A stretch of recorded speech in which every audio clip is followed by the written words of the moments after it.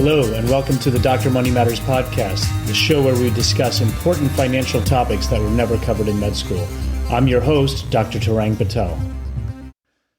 Welcome back to another episode of the Dr. Money Matters podcast. It's been an eventful spring. Obviously, the ongoing coronavirus crisis, the secondary effects of that upon the financial markets, both the downturn and then what seems like a rapid upturn in the financial markets, and with unequal cases now spreading in my state in Arizona, previously in the Northeast, relatively unequal response happening there. So, we'll continue to see what develops, but stay safe. And I just want to mention the national protests regarding the unequal treatment of African Americans by law enforcement. We have to do better as a nation in terms of treating all of our citizens equally. For a good perspective on this, I encourage you to listen to Dr. Nee Darko's recent podcast episode on Docs Outside the Box and his experience growing up Black. It's a powerful reminder of the experiences of African Americans, particularly African American males in this country. On today's episode of the podcast, my guest is Dr. Joel Greenwald, a financial planner, physician turned financial planner, who's previously appeared on the podcast in its early days. And we talk about strategies for withdrawing assets once you retire, how younger physicians can get to the asset level that we're actually talking about.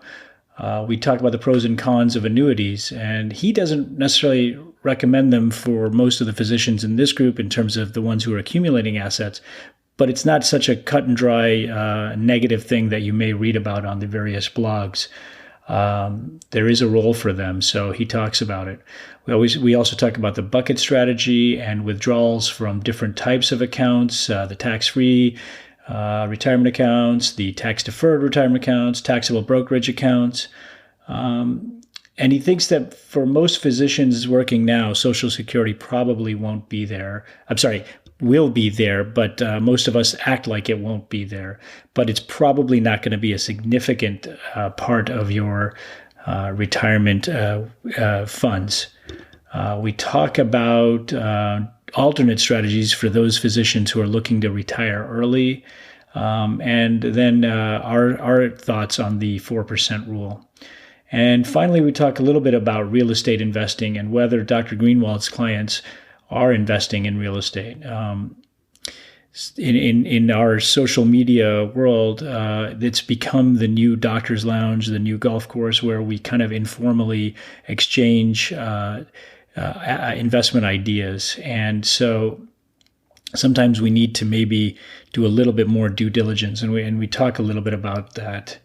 Like I said, Dr. Greenwald is a financial planner in Minneapolis, and unfortunately that ties in with where the protests started after the killing of George Floyd.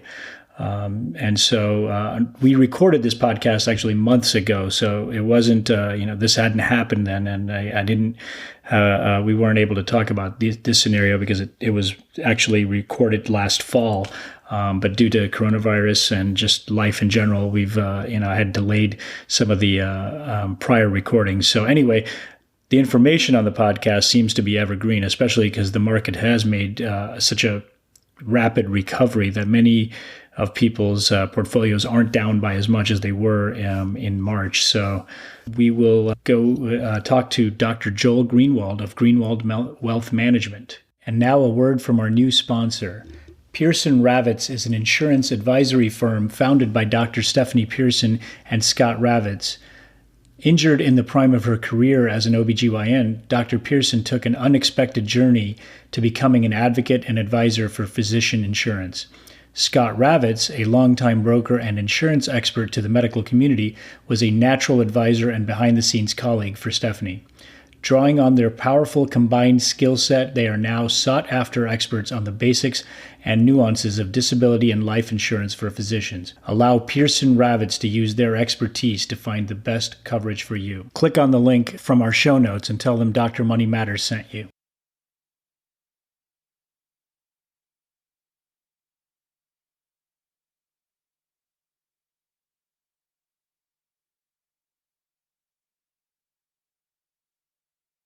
Welcome to another episode of the Dr. Money Matters podcast. My guest today is Dr. Joel Greenwald of Greenwald Wealth Management. He's a MD turned financial planner.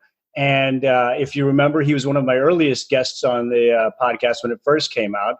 And we wanted to get him back on to discuss some additional things. Welcome back to the podcast, Joel. Thank you.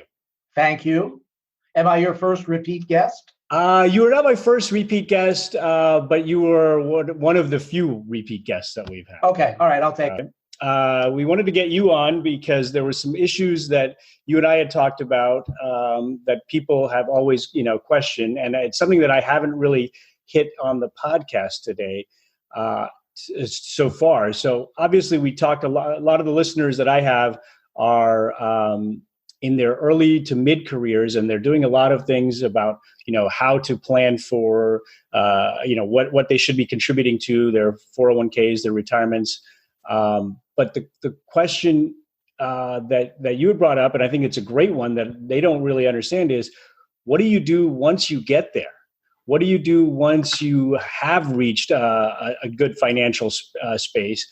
And then once you're actually in retirement, what are you doing to use the money that you spent a lifetime or a career time building up? So let's go through some of those topics. Okay. The first thing may be a little bit basic for your listeners, but you'd be surprised the number of times I've been asked this question, which is, okay, Joel, well, great. You tell me I'm all set. I'm retiring in 3 months. How do I get my money? Because for 40 years, they've been putting money in, and they never take it out. So at first I didn't understand what people were asking me, like, no, I told you everything was going to be fine. And they're like, yeah, we know everything's going to be fine, but you're going to be sending us money. How does that work? I see it work two ways with my clients. Some of my clients choose to have a monthly check sent to them. Well, not a check, a direct deposit. On the 15th of the month, they get $5,000, and maybe they have some other income or whatever. And that sort of simulates what they were doing when they were working, and they like that. More clients, but still, both are significant. More clients, I meet with my clients every 6 months.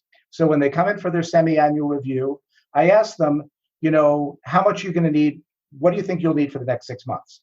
And they tell me, well, my basic expenses are $5,000, but we're taking a safari, we're redoing the deck. So why don't you send me 70? Either one works fine. It's just a matter of preference. The other thing is, obviously, if something comes up in the interim, they don't hesitate to send me an email. Joel, send me another 20,000. Something that I think is important to know about taking money out in retirement that's very relevant to accumulators is I see clients where their whole career they have maxed out their pre-tax savings. They've been using the 401k, the 403b, the 457, whatever tools are available to them at their work. And that's where their retirement savings has been going. And that's fine to a degree, but the problem is they retire with $3 million or $4 million, and it's all pre-tax. Well, that's problematic because if they're taking $5,000 out a month, to yield them $5,000, they probably have to take 7 out and send 2 to the government, and they get to keep 5. So that's their sort of baseline spending. So they have income of $85,000, let's say. But then they need a new car, and they need $40,000, and they want to take the trip they've always dreamed of to Europe. Every time they take anything above the baseline, they're pushing themselves into a higher tax bracket. So it's really problematic. A much better way to save for retirement is tax diversification. So Roth. Most people have a Roth 401k or a Roth 403b available to them. If they're younger, start building that bucket.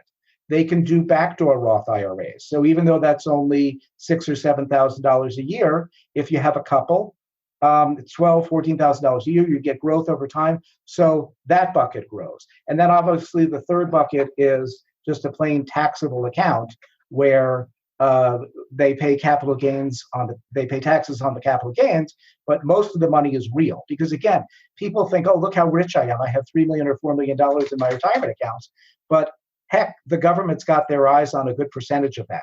So it's very different to retire with $4 million all pre-tax as opposed to $4 million that's in those different buckets. So let me ask you that, because that's an interesting thing. I think a lot of people, particularly those who are early in their career, can't even fathom having, and many of them are employees rather than working, in a private practice where they're able to, fund larger amounts. They can't even fathom having $3 million in their retirement accounts. And obviously that works over time. But, when you're 35, let's say, you might have only, as a physician, you might have only put in 3 years worth of retirement contributions. And so you might have 50, 60,000 in there. It's very hard for anyone to imagine that. So a lot of my listeners probably are contributing to both, like, a retirement account.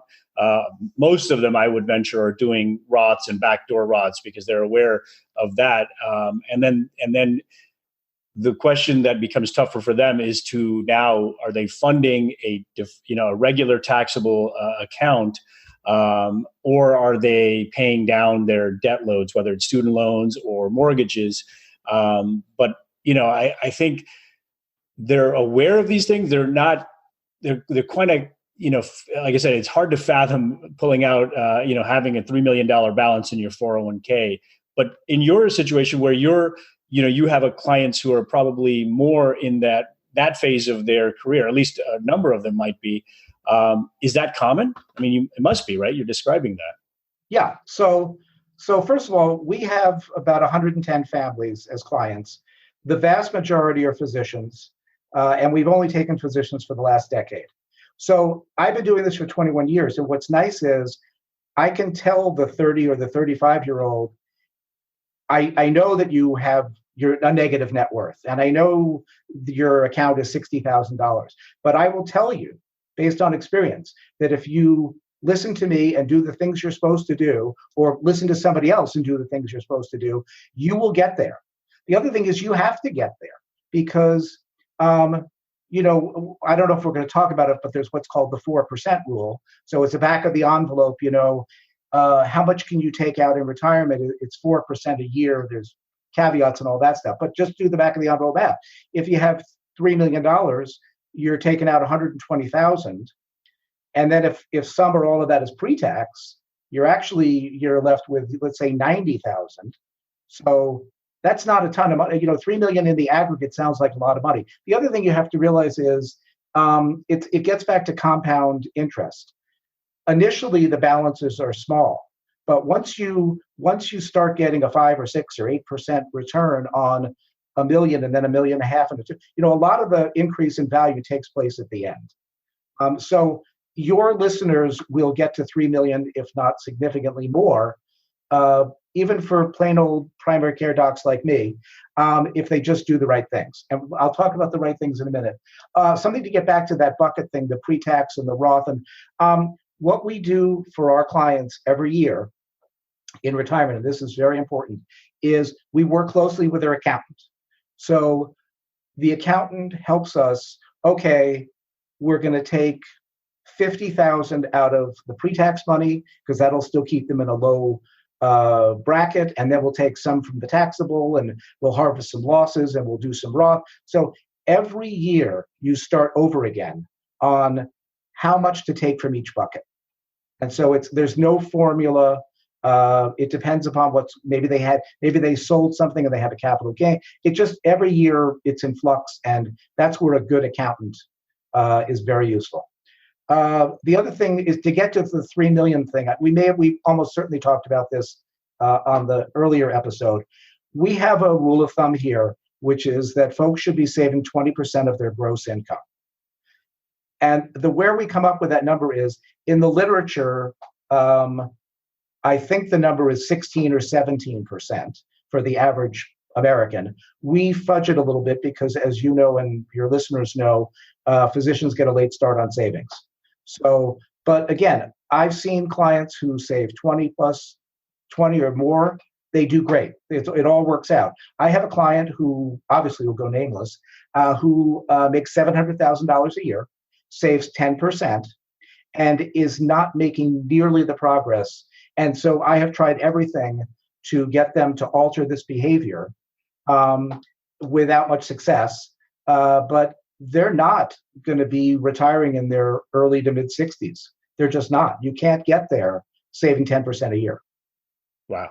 See, I think that's a great point. And that's something that, like, I read almost that same story in that book, Millionaire Next Door. And it was, it was a real eye opener because that's the thing. We always think about incomes, right? But yeah, and I know people, that are in similar situations. They have high income, but boy, their cash burn is quite high. And so, it takes forever. It's interesting that a lot of the conversation in the social media world is more about early retirement. So not even in the 60s, but more like, 40s, 50s. And so when you talk about a 10% savings rate, these people are talking more in the 30 to 50% savings rate, maybe even higher. But that's a different story because that's what you're choosing to do.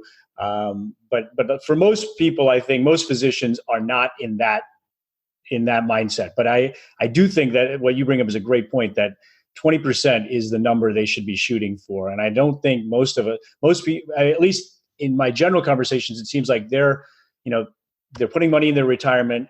They're putting a little bit away in their kids' 529s. That doesn't count. That doesn't count. Exactly. Right. Exactly. I've had clients look at me like, what do you mean? I'm putting all this money into 529s. That's great, but that's not going to be there in retirement. But you're right. You got to fund college. Yeah, exactly. So yeah, I mean, when you factor a lot of these things in, it goes above 20%. But the reality is that once you do that in a disciplined manner, you don't really miss it as much. But you have to get to that point. It's just like going to the gym, right? Once you get to that initial pain where you're going, then it becomes a routine, it becomes part of your life, and you just don't even think about it. So I think that's the biggest takeaway is that 20% number. One of the questions, and we haven't touched on this yet, is you talk about Social Security, and a lot of my listeners don't really feel like it's going to be there, so they don't even factor that into the equation. What are your thoughts on that? Someone who's in their mid 30s right now, should they factor Social Security into their calculations? I would say yes, but at a reduced amount. We all know that Social Security has problems, and with the political gridlock, nobody's willing to do anything about it. So at some point, just like for so many things in politics, it's going to come to a crisis. I do not believe that there will be a time when there will be no Social Security.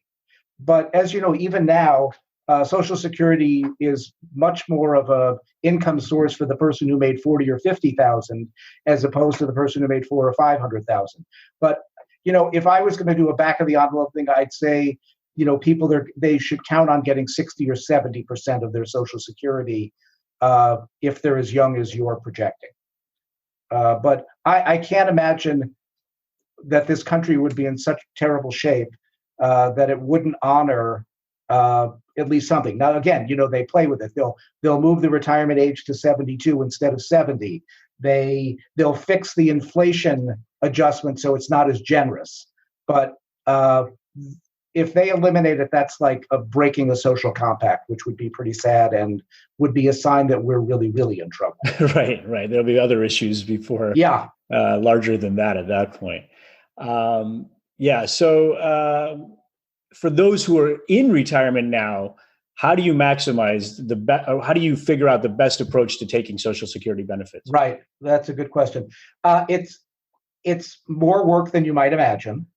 Um, Certainly everybody knows, the 8% bit where, so let's say your full retirement age is 66. For every year you wait between 66 and 70, your Social Security payment goes up by 8% a year. So for people who can afford to wait, who don't have some illness that's likely to shorten their lifespan, we have our clients wait until 70. There used to be a lot more creative Social Security strategies. There was something called file and suspend, which was great because it was a way of getting free money from the government, and we loved doing that for our clients.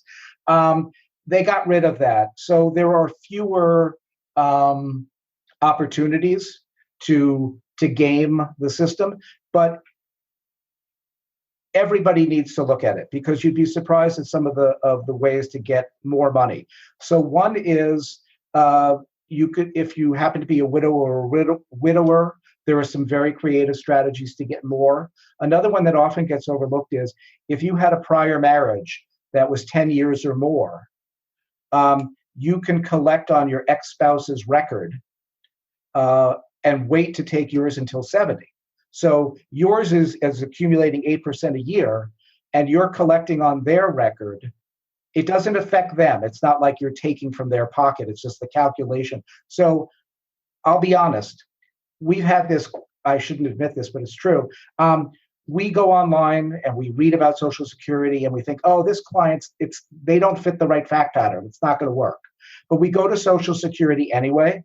So you make an in-person appointment at Social Security. We go there with the client. We sit down and we ask, can they do this or can they do that? It's amazing how often the answer is yes. And we're able to get them $1,000 a month between 66 and 70. That's really free money that if they didn't go and ask for it, they wouldn't get it. Yeah, so Social Security is complicated. And, there are a lot of good programs now. I honestly don't know which one's good and which one isn't. My staff does all the calculations themselves.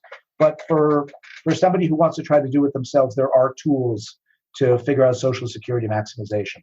Okay. That's good. Yeah, like I said, I think many of my listeners don't even think about it very much, but I agree. I mean, it's something that will be there, but just the capacity and the amount may be different. Let's talk about a topic that I wanted to talk about on this podcast, and that's annuities. We, when you read them, when you read all the blogs, it's pretty much like, don't even bother. They're not going to be good if you're in your, they're fee heavy. They're not great investments for the long term. But if you look beyond that, a lot of people will say, well, there are certain types of annuities that may make sense for you. And so I just want to kind of clarify that because I don't want to say I'm pro annuity, anti annuity. I don't go into that. I just want to figure out, how does one tell what's a good annuity versus what's not? Okay. So you made a very good point, which is there are different kinds of annuities. I am not a believer in annuities during the accumulation phase. So if you've got your 30, 35, 40-year-old doc, annuities don't make sense to me. The fees are high. They erode the return. You get into taxation issues where you basically turn capital gains into income. It just doesn't work for me and never has. The problem is that there's a prominent money manager, for instance, who will go nameless, whose whole media campaign is annuities are bad. Now, there are good annuities, and the good annuities are SPIA is a single premium immediate annuity, or a deferred annuity. So what's a SPIA? A SPIA is you have $3 million and you retire at age 65, and you give, let's just for sake of easy math, you give $1 million to an insurance company, or you give $500,000 to each of 2 insurance companies, and they will turn around the next month and start sending you $60,000 or $70,000 on that $1 million. Okay, and that's not monthly though. No. Sorry. Yeah, I wish the other sounds like Madoff, but we won't go there. So they will send you money every month until you die. And the reason that's good is for a number of reasons. Number one, you can't outlive it. So if you're worried about longevity risk, don't worry. More importantly, this is like the law of large numbers. Let's say 10,000 people do exactly what you just did. They put $1 million into an annuity at 65 and let's go. Well, some of those people are going to die at 66 and 67 and 70 and 75, and basically they lost. But what do they care? They died. So they care that they died, but they don't care that they don't have the money.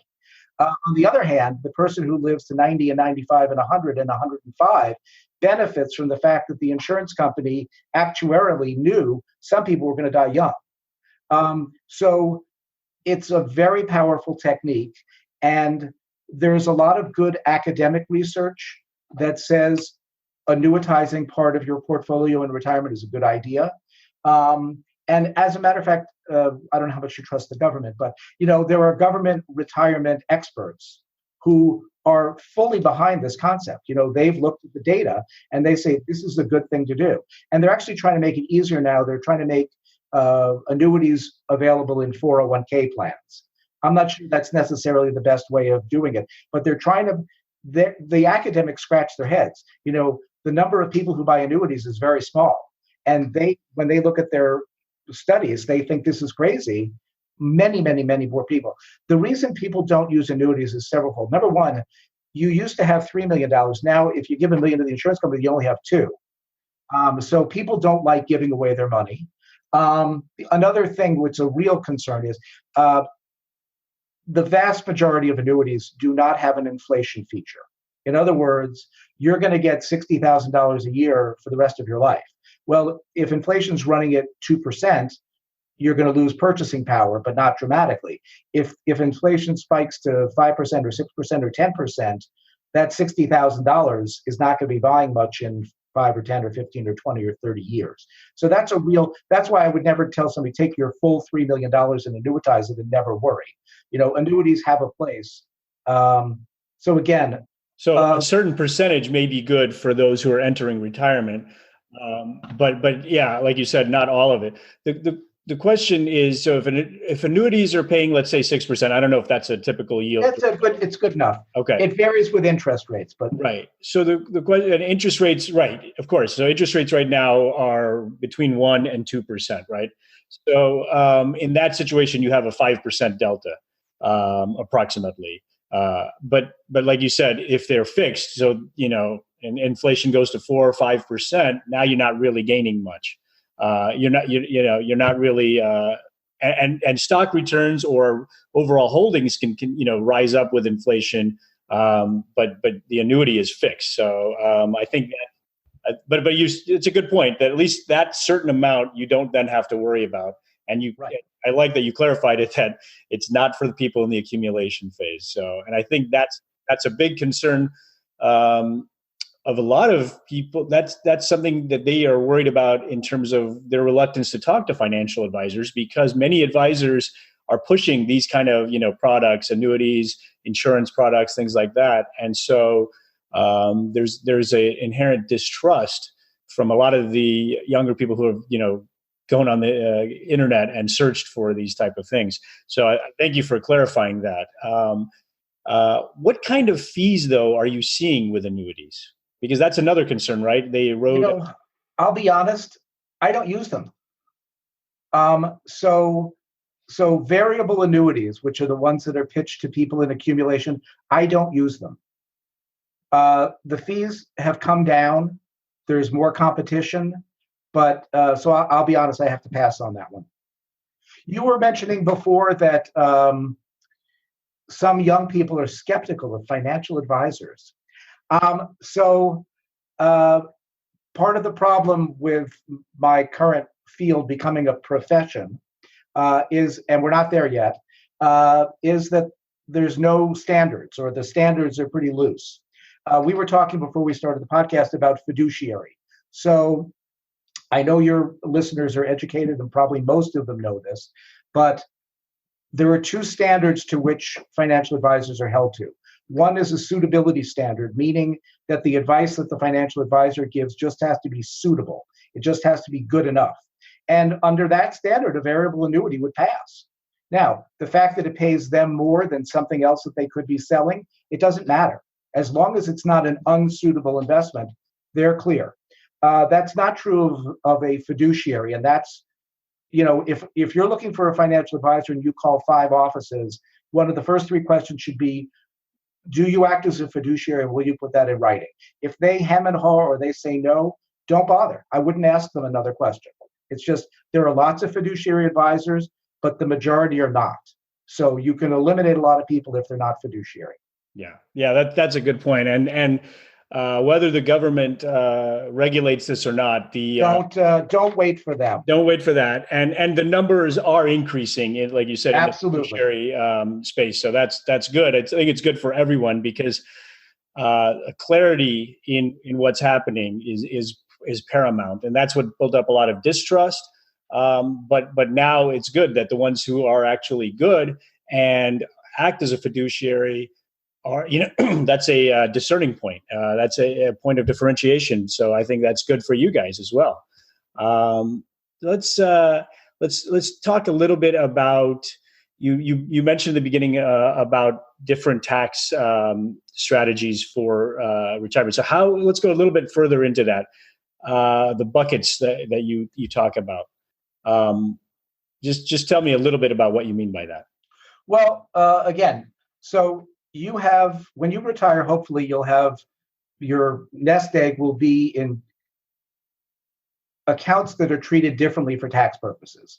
So every dollar that comes out of a 401k or a traditional IRA is treated as income, just like you had earned it as a physician. And the more you the more you withdraw from your account of that kind of money, you're going to be pushing yourself into higher and higher tax brackets. So you have to be smart to stay in a lower tax bracket and find money to spend from the other buckets. The taxable bucket where you put after-tax money in, that's taxed at capital gains rates just on the gain. So if you put $100,000 in there and 10 years later it's $200,000, you have to pay basically 30% capital gains rate between state and federal on the 100,000 of gain. So instead of being 200,000, it's really 170,000. The Roth bucket is simply the best in that if you have $200,000 in a Roth, you're going to get to pull 200,000 out without paying any taxes. So something to mention is, and this is very important and often overlooked. Let's say you're a physician, you've got $3 million, you've got $4 million, your advisor told you, or you did the calculation, and you can retire. You have enough money, and you're 62. All of a sudden, you literally have no income. So you were making $300,000, $400,000, $500,000 a year, and you were paying, a lot of income tax. All of a sudden, you have no income, and you're paying no income tax. That is a fantastic window between your retirement age and age 70 to do Roth conversions. And again, you really should, unless you're an accountant by training, you really should work with an accountant, in my opinion. Excuse me. You have all this pre-tax money that you accumulated in a 401k or an IRA. By being smart each year between the retirement year and 70, you can get money out of the traditional pre-tax IRA over into the Roth bucket, which is very valuable. And so it's an opportunity not to be missed. The reason I say 70 is starting at 70, you're going to start taking Social Security, which is taxable, and you're going to start pulling money out of your pre-tax retirement accounts because there's what's called required minimum distribution. The government makes you start. So all of a sudden at 70, your income goes up. And in my experience, at least, the Roth conversions stop at 70. At least for my clients, their income is too high and they're in too high a tax bracket to make the Roth conversion worthwhile after 70. But certainly before that, great opportunity. Yeah, I actually did that when I got out of the Air Force and went back to fellowship. So my Air Force salary, as a physician, was a little bit higher. And that was the time when they were allowing, at the time they said it was a limited time of conversion of whatever amount you had in there. Now I think that's the case. You can convert any amount, right? Correct. From a regular IRA to a Roth. But you do have to pay the taxable hit. So I did take a hit that year, but it was definitely worth the trend, because now we hope at least that the Roths will remain untaxed forever. Now there is some vague concern about that. I don't know. I think, like you said before, many things will have to go wrong before they start rating those buckets. At least that's my opinion. But right. I mean, again, there are sort of conspiracy theorists who think, it's all a sham and they're just waiting to trick you. Could they eliminate the Roth IRA in the future? Absolutely. But for the government to go back and say, oh, we lied, we told you we weren't going to tax, but we are, that again would be unprecedented and a really bad sign. So I'm very comfortable that Roth money will remain Roth money. Let me ask you this. Now, we've talked about the person who's 62 with the 3 to 4 million. That's kind of our baseline that we're talking about. What about, and this is what's happening, in the FIRE movement, and one of my physician blogger colleagues is up in your neck of the woods there, Physician on Fire. And so a lot of doctors are looking, because of the pressures in medicine, are looking to get out. And many of them are high income earners who have, just kind of crashed a significant amount into their portfolio. And they're, I think he's still an anomaly in the early 40s, but let's say they're 50, 52, and they've accumulated a similar amount. Any different strategies between, those who are retiring at, let's say, 50, 55, because they've got a much longer time period to get to Social Security? What would you tell them, things maybe that the general person who isn't in that stage yet would want to know if they want to go into that level of accumulation? I'll be honest, I haven't followed the FIRE movement much because it does not resonate with me. I don't get it. That being said, what I sometimes see written is, I have enough money because of Bengen's 4% safe withdrawal rule, so I'll be fine. Well, this fellow I'm referring to, Bengen, Bengen, wrote the seminal paper on the safe withdrawal rate. I think it was 93 or 94. And what he came up with was 4%. Well, what does that mean? It means you start with a sum of money, $3 million. You can take 4% out a year, and you index it for inflation. So the first year you take out 4%, so that's 120,000. If inflation was 3%, then you take the second year, you take out 120,000 plus 3%, and we're not going to do that. So explicitly in the article, and this work is, a lot of this work appears in the financial planning literature, that was based on a 30-year retirement. So Bengen was saying, you retire at 65, you die at 95, and you won't run out of money with you'll only run out of money 5% of the time, and the other times you'll be fine. If you extend the retirement to 35 or 40 or 45 years, it ain't 4% anymore. It's less. So that's one big thing. Another thing that is almost comical is we are in the middle of the longest bull market ever. It's over 10 years. Human nature is such that we extrapolate. Whatever's been happening recently, we think it's just going to continue. Recency bias, yeah. So the other thing is that works in reverse. So for those of us who remember 07, 08, 09, which was pretty unpleasant, so your listeners, even if they had some money, they probably had a lot less than they do now. And it's a lot easier to have a 50% loss when you only have 100,000. Back in 07, 08, 09, because of recency bias, people extrapolated to the end of the world. Oh my God, the market's down 20, it's down 30, it's down 40, it's going to go to zero. Okay, the market doesn't go to zero. But, I'm sitting across from clients who told me, who ask me, Joel, am I going to need to go back to work? You told me 2 years ago or 3 years ago that I was fine, I could retire, I'm happy, I've been having a great time in retirement. Am I going to run out of money? Am I going to have to go back to work? So for retiring very early, there's just even 30 years is such a long time.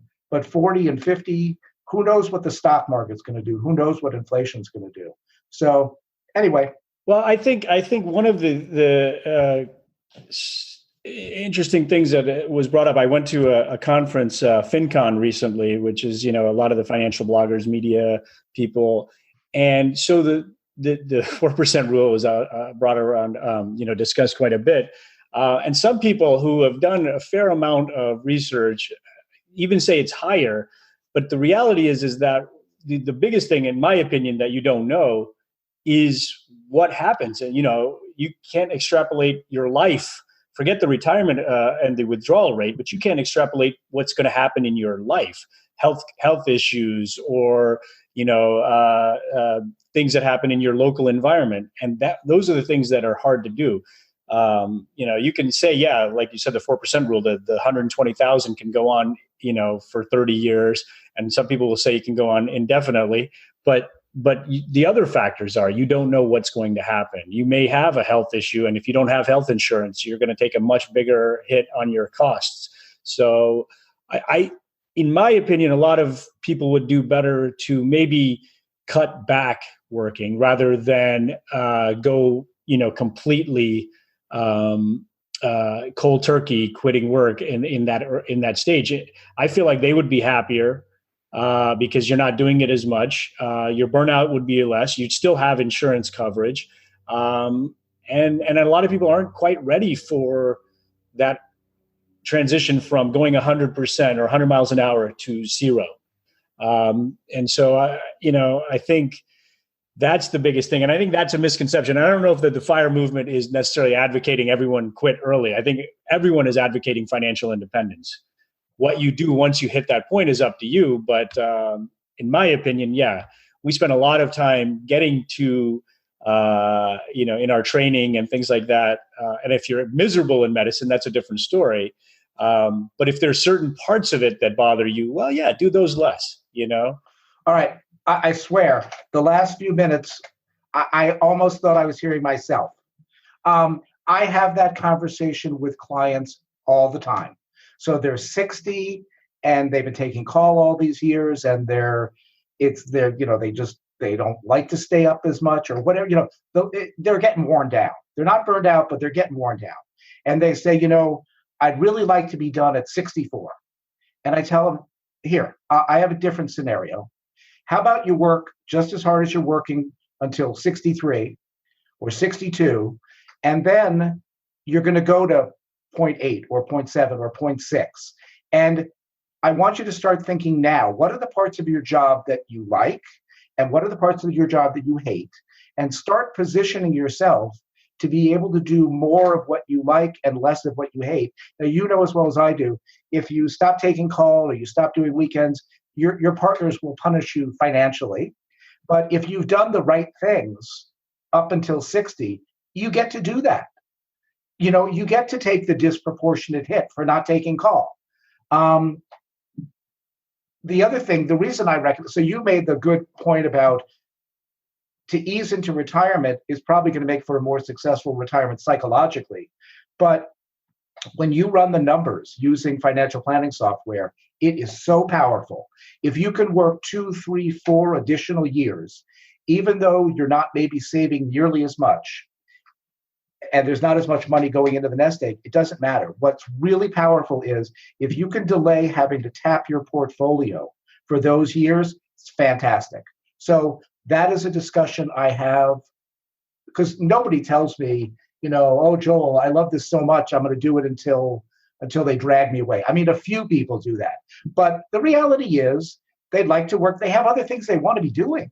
They want to see the grandkids. They want to fish. They want to play golf. They want to spend more time taking vacations. And even if you get generous time off, it's never enough. So that idea of easing into retirement, is so powerful, psychologically, financially, absolutely. Yeah, yeah. I think I would venture that even the ones who are in that fire mode, so they're trying to get to retirement by 50, let's say, and they're killing themselves in their 30s and 40s to get there. I would venture that cut some of the stuff that you want to now that you hate. If you really absolutely despise working weekends, talk to your group and figure out a better solution, because it's still much easier to keep you happy than to hire a new physician. And then, yes, you may have to work into 55, 60, but you're going to be a much happier person doing that. And you won't look at your vocation as a chore, and more along the lines that we all went when we went to medical school, what we thought of medicine versus the reality of medicine. And I think that if you can stretch it out, so maybe you're working 0.8 or 0.6, full-time, but you're doing it for a 20-year period, it may not, you're going to earn less, yes, but you're going to pay less in taxes. You're going to do all those things. But the key thing, like you're describing, is you're not going to be tapping the savings that you already have. So I think those are the biggest things. And that's a debate for another time. But unless you're absolutely miserable in medicine, I just don't think it's a great idea to go cold turkey. But there are some who are, and that's fine. That, like I said, that's another discussion. So the point, sorry to interrupt. The point I was making earlier is just with the market having gone up for the last 10 years, people have been getting to take money out of their portfolio and not see the portfolio go down, or it just keeps going up. That's not reality. Reality is 20, 30, 40% decline in the market. That hurts, because you still want to be taking money out of your portfolio, but your portfolio is down. So now you're taking a much bigger percentage from your portfolio. Again, I think a lot of this is generated because of the really good returns of the last 10 years. Yeah, I think you're absolutely right. I remember, so I was practicing as a radiologist in the Air Force during the crash, right? And I had just got out of residency. So exactly what you described, I didn't have much skin in the game. So yes, I took a 50% loss, but it was on a small amount. And I knew I was working beyond that point, but I had we had many actually locums radiologists who had to go back into work because their portfolio of $4 million had taken a 40% drop, right? And when you're talking, $1.5 million to $2 million loss, that hurts big time. And so exactly what you're saying, a lot of people feel really good as Monday morning quarterbacks when the market's been going up for 10 years. And I say this not just from the stock market, but we have a lot of people pitching investments who, are in their early 30s in real estate who haven't seen a downturn. They bought during the downturn, which makes them look like geniuses, and good for them, but they haven't gone through a full cycle yet. And so I think that's critically important, what you described, because, many people who are, in this movement right now haven't been through the cycle themselves, or were optimally positioned. But now, we're not market time, we're not predicting, but this is a long, very long bull market. And we do know that cycles happen. When it hits, we don't know. But I think that's good advice, because we need to factor all those things in, because life is long if you don't have enough money. Right. And so we need to remember that. Well, I want to thank you. Let me ask you one other question. And that is, you talk about income versus total return. What do you mean by that? What is income versus total return? So there's two approaches. Well, there's more than two, but there's two main approaches to investing in retirement. You've got your $3 million. Traditionally, maybe you put it in CDs or other interest-bearing accounts, and you lived off the interest, you lived off the income, and that could work. The problem is uh, interest rates are so low, and it's also dragged down all of the other traditional income generating investments. So real estate investment trusts, master limited partnerships. There are a few others, utilities. So those have been traditionally somewhat safer, income generating, boring investments that were great for retirees. The return on those has gone down so much that, and it's so crowded, everybody's trying to grab a little bit of extra yield. We choose to invest on a total return basis where, without taking too much risk, we're trying to grow the pot. And then, that's where the 4% withdrawal rate comes in. If we can expand the investments that we get, hopefully with ones that grow more, even though they don't pay necessarily a lot of income, then you can tap. There's a bigger portfolio to tap. Okay, this is one thing that I see discussed a lot in the various physician social media groups. Is real estate investing, not your traditional like REIT investing, which we can do through our brokerage accounts, but more like private real estate deals or people owning single family homes or apartment buildings, things like that. In your client base, is that a big component of their investments? Necessarily if you're managing it, but I'm just curious. No, it's a good question. So first of all, I have to plead some ignorance. It's not an area that I have a lot of familiarity with. And so I do not give my clients advice on that area. So it may be that my clients have a lower exposure to that because I'm not recommending it. Some of my clients certainly do have those deals that they've done, and they've worked out very well. Well, gee, again, I'll be interested to see how they do during the next recession, because you can either privately own, you own an apartment building, or you own 10% of the apartment building or a nursing home or whatever, or you can own real estate investment trusts where publicly traded, warehouses or apartments or hospitals or whatever. Real estate investment trusts have had a fantastic run over the last 10 years. So publicly traded real estate has done great, and private real estate has done great. The question is, how is the private real estate going to hold up in the next recession? I don't know. There's nothing wrong with having 10 or 20% of your portfolio in real estate. The caveat is that with a real estate investment trust, I think it's easier to get information. It's more transparent, very liquid. Whereas with the private ones, you have to do your own due diligence. I think it's harder. What I see with my docs is, my buddy who I golf with, he's been in 3 of these deals, and now the 4th one's coming up, and so I'm going to put it in. But beyond that, they don't spreadsheet the numbers. The other thing is they don't have any experience to, they say you're going to get you a 6% return or something, or they extrapolate they're going to be able to raise the rent every year. You're right. It's less liquid and more opaque. Yeah. Well, and that's the question, because I would imagine, so your client base is, a little bit older, because many of them are in retirement or approaching retirement, if I'm not mistaken. So maybe to be honest, we have across the age spectrum. So my colleague, who's also a CFP, she's 33. Her clients, they're clients of the firm, but I help her with them, and we work together on my clients also.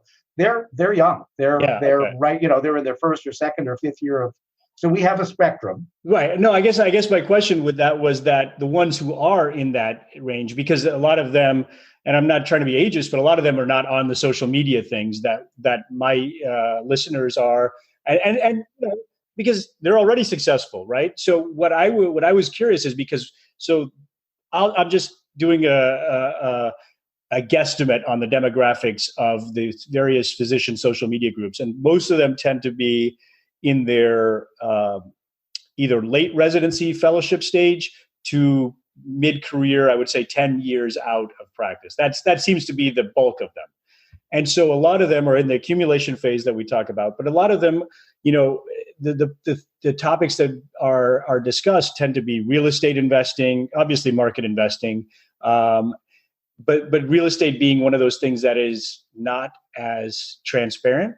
And so I was just curious, the ones that you do have who are in that stage, how many of them, were successful? And because that would be a great counterpoint. Right now, anyone who's in their 30s and 40s can pitch, hey, put this amount in real estate, we'll see. But the ones who've already successfully hit retirement, may have a different perspective. Be like, yeah, do, like you said, 10 or 20% in real estate. And I guess that was the concern, because I see a lot of discussions from people saying, oh, forget the market. You can't trust them. I mean, I can't control, I don't control the board of Pepsi or Disney or whatever, but I can control the apartment building that I own, or that 10 of us own together. And so that tends to be a lot of what people pitch in, to get real estate investment. And that's great for the ones that work out, but the ones that don't work out, no one pitches those. So here's some data. So there are definitely ones like you spoke about where 5 friends go in on an apartment building, and there's not going to be good data on those. But there are private, large real estate investment pools. They do not do as well as public REITs. And the reason they don't do as well is the fees are higher. Where do you get that? And that would be great. I wouldn't say it if I hadn't read it in a really good, reputable study. I will get that for you. I appreciate that. Yeah, because I think that's a very useful fact that a lot of, and again, some of this tends to be like you described earlier, my buddy who I play golf with has invested in a few of these. Well, social media groups tend to be the new golf course now. And so we hear about, except now my 50 buddies that have talked about these investments, who I only know virtually, talk about how successful they are. Meanwhile, the 200 that invested that aren't as successful aren't talking, right? So I think it's good for people to realize that. And I'm not saying one way or the other, whether you should invest in real estate or not, but I do think that that's a great point, is that, there are many ways to successfully hit your financial goals. And if you choose to do it with real estate, that's great, as long as you're aware of the risks, much like investing in the stock market. And the traditional routes are, all of these come with risk, and you just need to be aware. And that's where diversification comes in.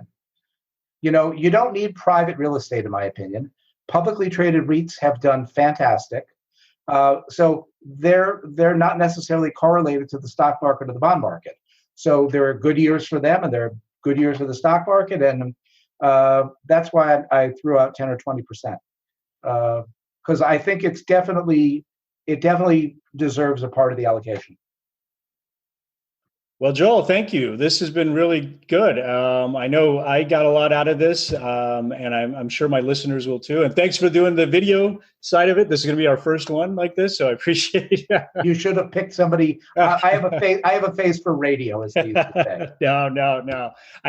I felt the same way, but going to these financial blogging and podcasting, people say video is it. I'm like, really? They don't want to see my face? And they're like, no, they just want to see faces and how you react to the conversation. So I'll let you know if this turns out to be all right. And I'll get back to you with the data that I quoted on publicly traded versus private. It's been a pleasure. Thank you. Thank you. And once again, I want to give you a chance. How do people get in touch with you? What's your website? And I'll put a link to the show notes. It's gwm.life. Yeah, thank you. We changed it not that long ago because I have all these young employees who rebranded us. Greenwald Wealth Management in the Twin Cities. Yeah, if we Google it, we'll get there. But I'll put a link on the show notes. Yeah. I want to thank Dr. Greenwald for coming on the podcast today and talking about retirement withdrawal strategies and just his knowledge in general. I think it's a good reminder that we do have a long career ahead of us, many of the listeners, and sometimes it can seem like we're so far away from the numbers that our more senior colleagues talk about. But it doesn't. It after a while it starts building, and just keep at it. And along with many of my other guests, there are other strategies to just build your income besides working in your employed position. So I encourage you to keep plugging away, keep working, and just keep making good financial decisions, and you'll get there. And also, please visit our and support our new sponsor, Pearson Ravitz. If you're in the market for disability insurance, and especially if you're nearing the end of residency or fellowship, where you may still qualify for discounts, that may not be available after training. So I have the links on the show notes, and check them out. And also, if you're interested in talking further with Dr. Greenwald, the link is also there for Greenwald Wealth Management. Thanks for joining us on another episode of Dr. Money Matters. If this is the first episode you have heard, I appreciate you taking the time out and listening, and encourage you to listen to our past episodes. I would also appreciate you leaving me a positive review on Apple Podcasts, and also recommend you join our Facebook group, where we have ongoing discussions about this and other topics in order to help each other reach our financial goals. Finally, I encourage you to subscribe to our email list, and also to subscribe to the podcast itself on the various podcast app that you use in order to be kept aware when the latest episode comes out. More episodes of this podcast are available at www.drmoneymatters.com and on Apple Podcasts, Google Play, Stitcher, Spotify, or wherever you listen to your podcasts. Audio versions are also available on YouTube and Facebook. And you can follow me on Twitter at Dr. Money Matters, or on Facebook or Instagram at Dr. Money Matters, all spelled out. Thanks for listening, and if you get a chance, please leave a positive review for this podcast, as it helps move the podcast up the rankings on iTunes and gets it exposed to a wider audience. Thanks for listening once again, and stay tuned for another episode coming soon.